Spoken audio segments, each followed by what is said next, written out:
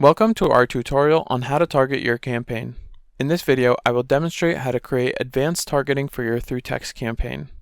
We'll show you how to combine, filter, or exclude segments to make sure your message reaches the right people.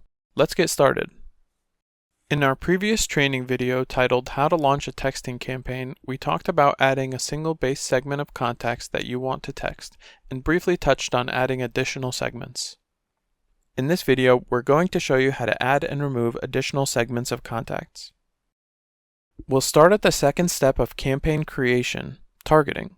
From here, you can build your target list. There are two possible sources for a targeting segment in ThruText. You can create a segment from a group or from past campaigns. When you select a group as your source, the group drop-down menu will show all active groups within your account. For details on how to upload a group to your account, check out our group creation video. To use past campaigns for targeting, you'll want to select Campaign as your source. The Campaign dropdown will show active, paused, and archived campaigns from the last year. We'll select the campaign Bartlett Test Volunteer Interest in the dropdown. After selecting a campaign, you can then set the criteria you want to use as your target for the campaign. First, you can select the reply status you'd like to target. You can select any reply status, replied at least once, or no reply. For additional filtering, you can click on Add Filter to target based on survey responses.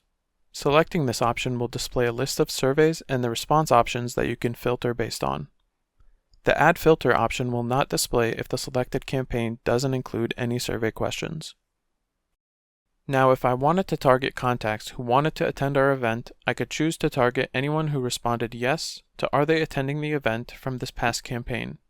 I will do this by selecting Are they attending the event from the survey question dropdown, and I can select Yes under the Responses dropdown. After that, I can move on to the next step. You can further customize your targeting by adding and removing contacts from groups and campaigns. Let's start over and I can show you how that works. We're going to add a group as the base segment. We put people we want to text in California in the group CA List 1. We're going to select that group from the dropdown and set that as our base segment.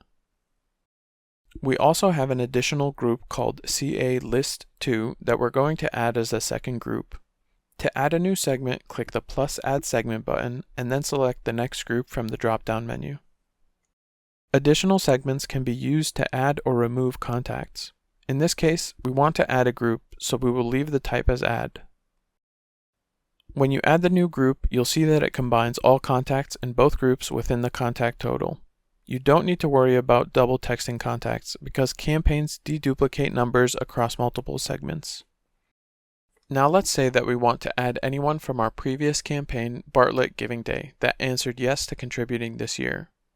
We will click Add Segment and we will set the type as Campaign. From the dropdown, we'll select the campaign Bartlett Giving Day. For the reply option, we'll leave that as any reply status.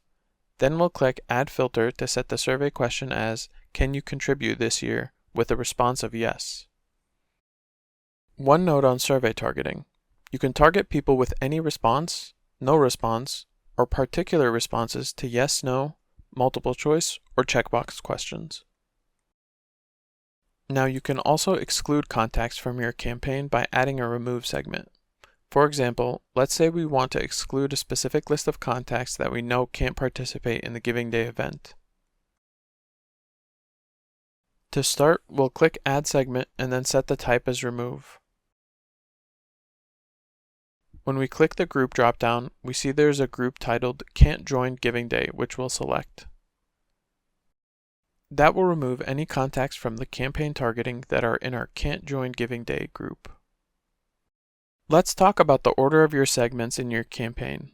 When you add multiple segments to your targeting, the order of the segments matters because the campaign targeting is built in sequence. For example, if a contact is included in the first add segment, then excluded in the second remove segment, and added again in a third segment, the contact will appear in the final targeting. That's because each step updates the targeting based on the order it's applied. In this case, the contact is added, removed, and then added again, so they remain in the final list. For this reason, we recommend adding your remove segments last. Another thing to note, if the same phone number appears in multiple segments, the version of that contact from the last segment added will be used in the campaign.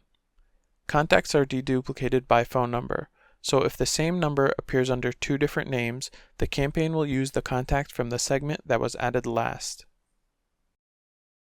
And that is how you use advanced targeting in ThruText. If you have any questions, please check out our Help Center or reach out to support.